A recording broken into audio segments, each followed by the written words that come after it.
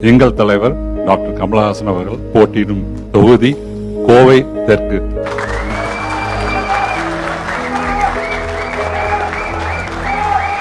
இந்த நேரத்தில் என்னுடைய தகப்பனார் அவர்களை நான் நினைவு கூர்கிறேன். 5 வயதாக இருக்கும் பொழுது மேடையில் பேச என்னை பழக்கிக் கொண்டே இருப்பார். எதற்கு என்று கேட்பார்கள்.